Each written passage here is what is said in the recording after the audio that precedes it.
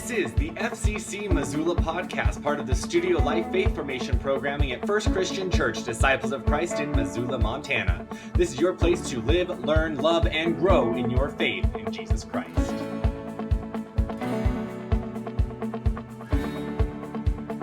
Well, hello everyone, and welcome to another episode of Sermon Prep, part of the FCC Missoula podcast. My name is Matt Goodrich. I am the senior minister here at First Christian Church, Disciples of Christ in Missoula, Montana. And I'm excited to be with you here today as we look at Galatians chapter 5, verses 22 through 26.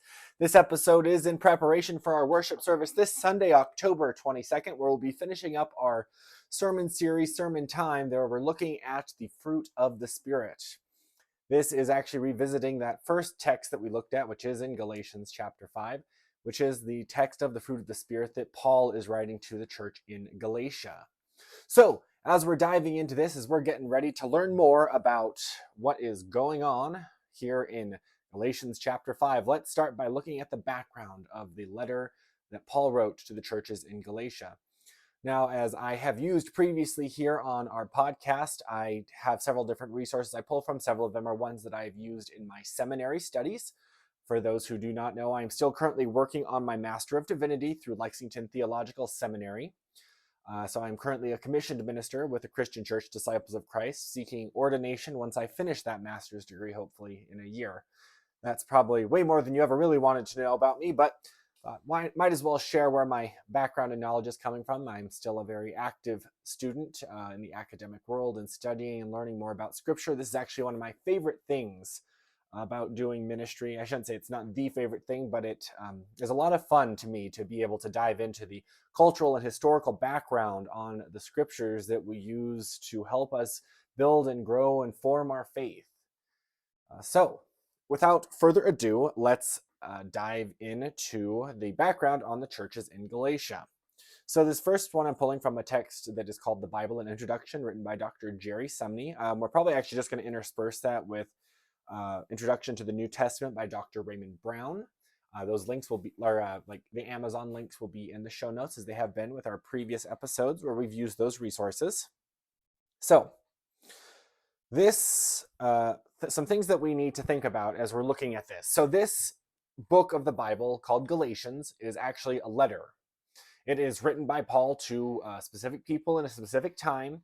And so what we have is only half of the conversation. We don't fully know exactly what was going on. Now we can extrapolate what we think was going on with those churches in Galatia that prompted Paul to write this letter, whether that be someone sent him a letter and told him what's going on. He heard rumblings of what was happening. But we really only truly have this half of the conversation. A lot of what we believe to be happening in Galatia or something is built on what we see in the letters. There's some other sources that we could probably find as well. But like, we really have to remember that, this letter was written for a specific group of people at a specific time and place, in a specific culture. Now, this does not mean that the Spirit is not at work through the words here, that we can't learn anything from the words in the letter that Paul wrote. But it is important for us to remember that some of the things that we see here are not going to directly translate to our culture and society today, because we do not live in in early Galatia. We don't live in Galatia in 50 CE. We live, at least for myself, I live in Missoula, Montana in 2023. So almost 2,000 years difference, and a culture that is way different, on a different side of the world. So let's think about let's also go into the background about who's writing this letter. For those who don't know, Paul was formerly known as Saul. Saul, formerly Paul, or the early name of Paul, was someone who actually persecuted the early church, early Christians, in that he did not feel it went with his beliefs and values as a Jewish religious leader. However, the Spirit and Jesus work on him. If you look in the book of Acts, chapter 9, I believe it's verses 3 through 22, you can see Paul's transformation story. And from then on, he becomes basically an apostle. While he never was with Jesus in the time that Jesus was preaching and teaching and doing his ministry on earth, He was like, so affected by Jesus, especially in this his transformation story, really in this metamorphosis story, if you will, that we are. Oh, so did this just? Oh, okay, that's still working. Sorry, my screen popped up a notification said device disconnected. And I was like, I don't know what just got disconnected. Oh, I think that my stand is okay. The stand holding the camera is having some issues. Okay, that's fine. As you can tell, I don't do a ton of going and editing things when I make these videos. It's kind of a, you know what, we're just going to bare bones it. I do all of my prep beforehand and we hop into that. But anyway, so that's who Paul is. Paul is this person who formerly persecuted Christians and then, was changed and then became one of the great apostles of Christianity, and actually was the one who really made it so Gentiles were really accepted into the church. And there's a lot of why we don't follow a lot of the Mosaic law in Christianity. Now, we really don't, hold the Mosaic law to have as much clout as, Jesus' teachings, which he did pull from the Mosaic law. That's a bit of a different story, a little bit of a sidetrack, but we can really thank Paul as the reason why a lot of us are Christians today, at least in terms of how we function in Christianity. We could probably go into a huge rabbit hole on that. Let's not. Okay, so the context. So there are some different issues based on the context of what's happening.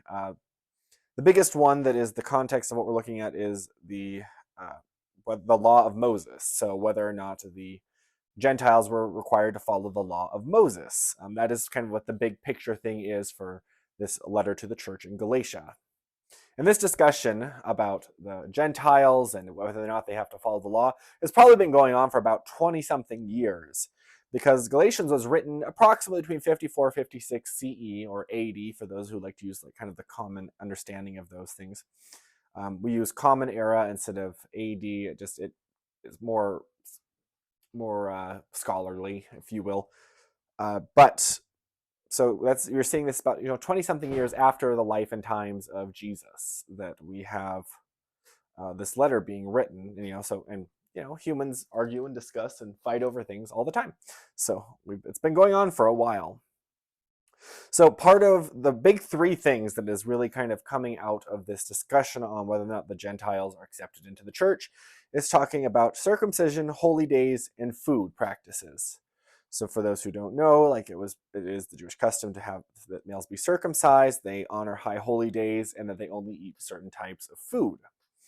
So the question becomes okay, well, do the Gentiles have to do all of this?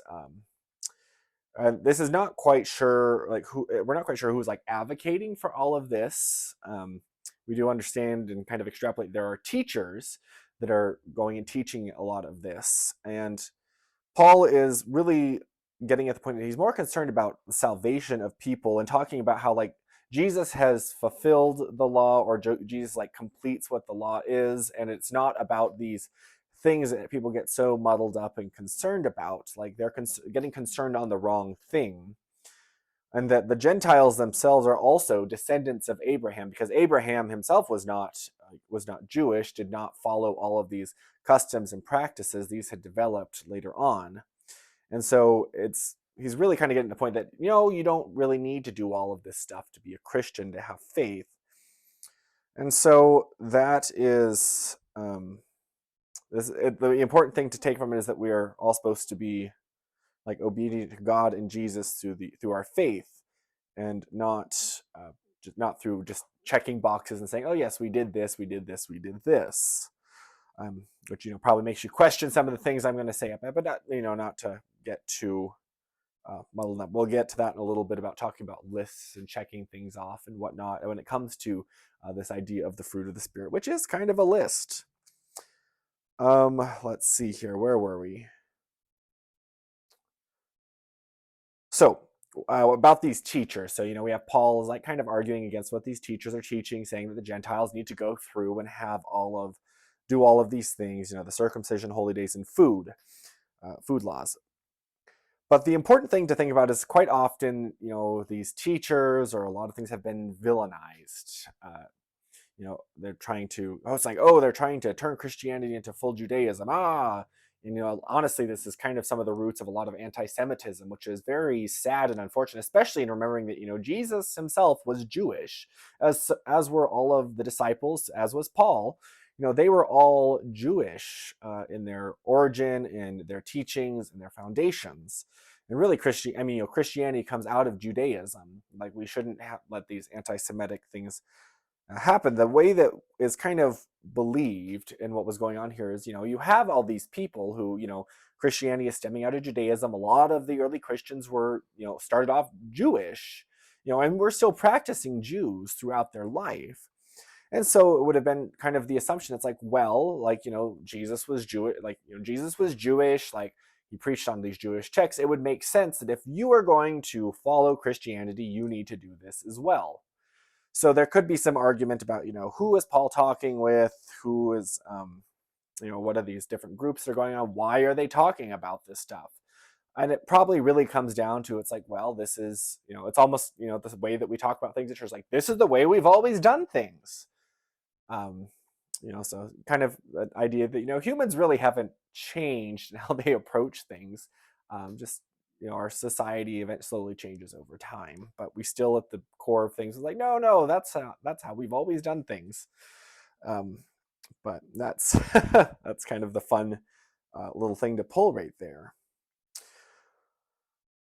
Let's see. And then with those things, there's also the idea that there's a possibility there was two different groups teaching things. Because when we see in Paul's letter, we almost see kind of two different focuses when it comes to this idea of, do the Jewish people follow the laws? There's one that's talking about, like, Paul's talking about, do the Gentiles have to follow the laws and, like, getting circumcised, food laws, high holy days, all of that. And there's also another part where he talks about desires of the flesh. So there's a possibility there was these two different groups.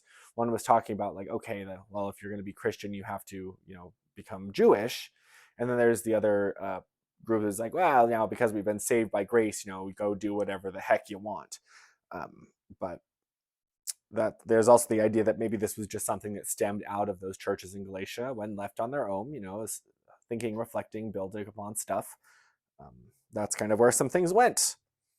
But again, we don't know for certain. We only have half the letter. We only know half the story. Really, we only can see Paul's response, and we can definitely take things faithfully from it and learn and grow in our own faith and times. Just understanding that, hey, you know what? There is some other stuff going on in the background here. So one last thing to think about, it's really nothing that's going to affect our story, but something that we should be aware of is that there is some uncertainty as to where Paul is writing to. There was actually two different places that was Galatia. Both of them were had Christianity in them, so we're not quite sure where it was written to, but we just know it was written to a church of Galatia. It could have been written to both. It could have been written to one or the other. Who knows? But they were in different places. So just some last minute food for thought. So let's turn to the text. So I have two different scripture readings we're going to do today. One I'm really excited about to kind of be introducing on this episode. But the first one we're going to start with is the New Revised Standard Version Updated Edition. This is one that pulls in a lot of various resources, not of like original resources. Now, we don't have like the original copies of really any of the books in the Bible. We have like second, third editions, if you will, like the second or third copies that were made of them. I think for some of them even farther than that, just for what has survived over the years. But the updated edition takes into account when we find more items. We can see the differences in how things were recorded and written down. And so it takes those into account as it goes through the translating process. And it doesn't just keep with, it's like, well, this is how we've always translated. So this is like, well, no, we found this information here. And more overwhelmingly, it actually might be more appropriate if it's this word. For the most part, there's some very specific areas that you can see some major changes. But like the essence of what scripture is getting at really hasn't changed. It's the teachings of Jesus of loving your neighbor, caring for one another, which we are going to get into a little bit as we talk about Galatians chapter 5, verses 22 through 26. So let's read the New Revised Standard Version, and then I will introduce you to the other translation that we're going to read today. So this is Galatians chapter 5, verses 22 through 26. By contrast, the fruit of the Spirit is love, joy, peace, patience, kindness, generosity, faithfulness, gentleness, and self control. There is no law against such things, and those who belong to Christ have crucified the flesh with its passions and desires. If we live by the Spirit, let us also be guided by the Spirit. Let us not become conceited, competing against one another, envying one another. Mm. I've always loved looking at the fruit of the Spirit. So every time I read it, it kind of just gets me thinking and going again. So this other translation I want to introduce you to is one that I think I picked up at the General Assembly. Um, might have been somewhere else. I can't actually remember where I picked it up now, but I've been really enjoying utilizing it in study and thinking and reflecting. So it is called the First Nations Version. It's an indigenous translation of the New Testament. So just a little bit on the back here. So the First Nations version recounts the creator story, the Christian scriptures, following the tradition of the native storytellers' oral cultures. This way of speaking, with its simple yet profound beauty and rich cultural idioms, still resonates in the hearts of First Nations people. The First Nations version is a dynamic equivalence translation that captures the simplicity, clarity, and beauty of native storytellers in English while remaining faithful to the original language of the New Testament. So this is I'm really excited to introduce this to you. I'm going to actually kind of be utilizing it in some worship. I highly recommend looking into it. If you are a member of the church and whatnot, you want to come borrow it for a little bit or take a look at it, please. I always welcome people to come, and if they're going to be diving in deeper. So, in the First Nations version, this is titled "The Fruit of Walking with the Spirit." On the other hand, if we follow the guidance of the Spirit, our lives will bear good spiritual fruit. The Spirit will grow in us the fruit of love and joy, peace and patience, kindness and goodness, faithful hearts, gentle ways, and self-control. Our tribal law has nothing to say against those who walk in these ways, for the ones who belong to the Creator sets free, or who belong to Creator sets free, which is the name for Jesus, the chosen one, have nailed their weak and broken humanity to its cross. This puts to death all their wrong desires and broken way. Since our life comes from the Spirit, let us dance and step with the Spirit and follow the Spirit's guidance. In this way, we will not become big-headed troublemakers who are jealous of each other. I think that's just such a real nice translation, and I think it does justice to what Paul's getting at in these letters here. So, let's dive into this. Let's think about, or let's look at what's going on here with the fruit of the Spirit. So we're using the New Interpreter's Bible. It's a translation of the Bible that provides a lot more context and thought-provokingness. Again, link in the show notes if you want to find that. It's kind of an expensive thing to use, but so the fruit of the Spirit are really contrasting the works of the flesh that Paul lists earlier, like just before this. The first time we looked at this in worship, we actually, I think, did include those verses. Those are verses 16 through 21. But today, we're kind of ending the fruit of the Spirit time, so we are really just kind of focusing in. But it's important for us to recognize that this is a contrasting thing, and the list that Paul gives, kind of both with the works of the flesh and the fruit of the Spirit. We're going to dive more into the fruit of the Spirit. But it is not a complete list. It's not this like full comprehensive thing, but it's really an illustrative example of talking about what are the works of the flesh. He really does start off by saying it's like, it should be obvious. But it's really interesting, though, that the biggest points that he makes in his listing, his illustration of what are the works of the flesh, are division amongst people, especially in the church. It's the ways of that we divide ourselves, that we fight against each other, as being one of the biggest works of the flesh that are not complementary to the Spirit. And then he also kind of makes this point, which I think is important for us to also remember, that when he's talking about these works of the flesh, he's talking about living that life as compared to 1 year offense of it. Saying it's like, oh my gosh, getting angry once is not going to cause you to fail the Lord. And there's definitely room for interpretation on what each of these things mean, especially when you're reading English translations. But we're not here to dive into that section of Paul's letter today. Today we are looking at the fruit of the Spirit.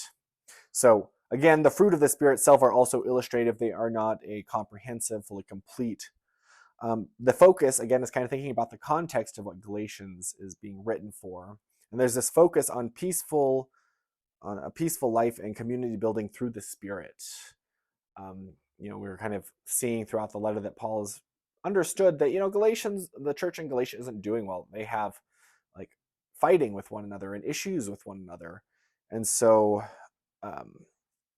he's trying to like help them understand. It's like, like being Christians, being in Christ, being part of the community of faith is supposed to be a peaceful time. It's supposed to help build community together. We're not supposed to fight with one another.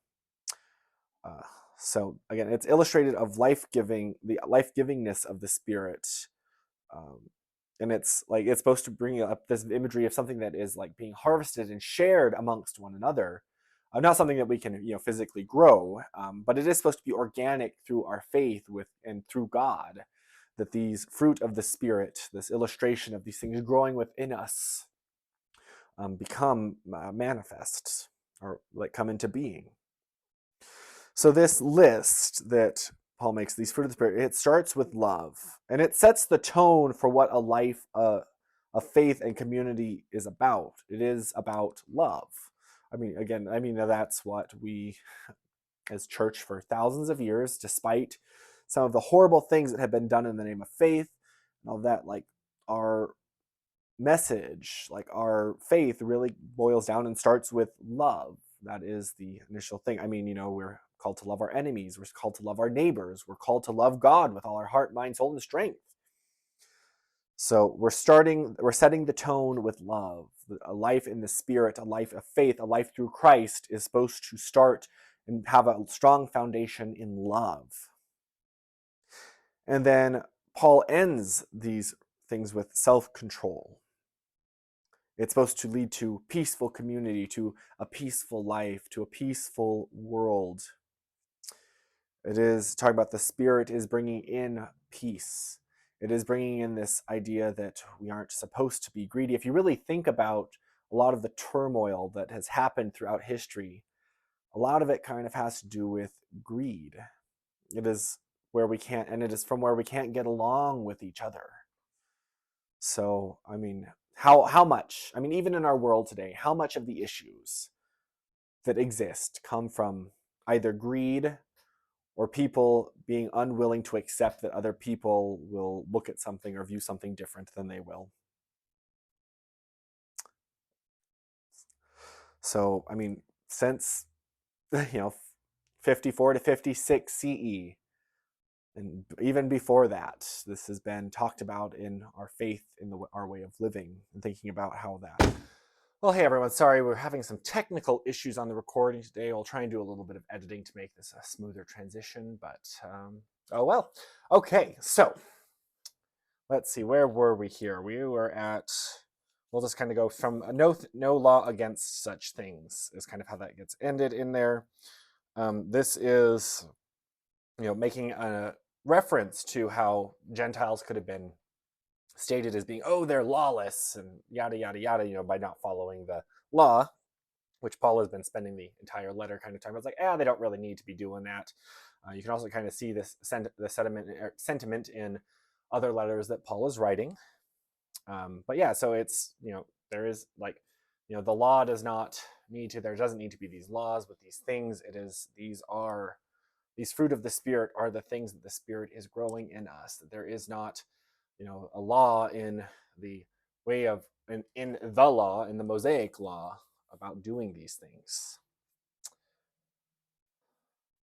And then there is this ending statement to go into it, that it kind of goes into the Spirit is the power of giving life. That is what the Spirit is doing, is giving life. And then it is in these fruit of the Spirit that we find and we live a fruitful life. And it is in this that we should not be fighting with one another. We shouldn't have these divisions. We should find unity. We should find peace through these fruit of the Spirit. I really love how the The First Nations version translation kind of ends it. In verse 26 says, "In this way we will not become big-headed troublemakers who are jealous of each other." That's probably an important thing for us to remember as we go and live our lives as people of faith, as just people.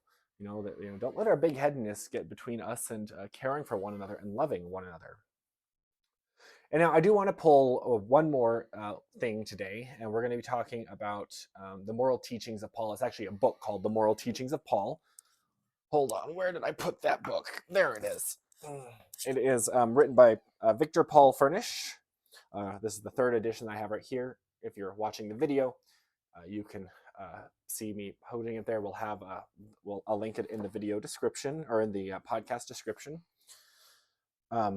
So I'm not going to be pulling everything he uses. He doesn't go specifically focusing in on verses like this does, but this is kind of some things that I pulled from what the essence of the moral teachings of Galatians is in reference of what this book has, and kind of also some of my thoughts on it, what I've built into it. But really, that this idea of these fruit of the Spirit, these growing these things, of doing these actions, and all of it is believers are called to be doing good. I would like to point out it says doing good. We are called into action. It is not that we are supposed to be living a faith of just sitting around waiting, doing nothing. That we are called into action, the action of good. It is not something that is separating us. It is something that we are doing. And this is an all-encompassing, open-ended good. The way in which Paul is really teaching on this is this way of us having action, of doing things in the world, of interacting with one another in the world is all-encompassing. It's open-ended. It means that everyone is invited to and should be receiving good, whether that be from us, especially as those who are followers of Christ, that we need to be doing good for everyone, not just for other followers, not just for ourselves, not just for our tight-knit community. We are called to be doing good for everyone, for all of creation, for all of the world. And the Spirit calls us into doing this through the fruit, that we are called to do good for all. It is with the, as I'm going to quote here on page 148 in this book, it is with the liberating reality of the Spirit's empowering and guiding presence that we will experience grace. And at this point, I'm not going to, that's kind of the end of the quote there, but we are going to find grace and the Spirit to do good in the world. So that is what I have for you this time here on Worship Prep, part of the FCC Missoula podcast. I hope that you have enjoyed your time today. If you have any questions, please feel free to reach out to us, podcast@fccmissoula.org. Our ending is going to give you those notes. If you would like to support the ministry here at First Christian Church, please consider giving on Givelify. That helps support the work that I do here, helps support our mission work that we do through feeding our neighbors, through supporting resource rooms at local elementary schools with high levels of poverty in the student population. There is just so much to do, and we recognize that we cannot do it all, but every little bit that we can do can make a difference in the life of the world as we go forth and do good for everyone. I hope you all have a blessed week, and I hope you will join us for worship on the 22nd. If you can't watch us live, we do leave the recording on our Facebook page. If Facebook allows, I download and upload to YouTube. So you can also find it on our YouTube page. You can find links to that on our website at www.fccmissoula.org. I hope you all have a blessed day. Take care. Thank you so much for tuning in to the FCC Missoula podcast. We hope you enjoyed this episode. To learn more about First Christian Church Disciples of Christ in Missoula, Montana, visit www.fccmissoula.org. You can also follow us on social media, with Facebook being at FCC Missoula and all other social media platforms at FCC_Missoula. If you have questions or want to reach out about this podcast, you can email us at podcast@fccmissoula.org. Thank you and have a blessed week.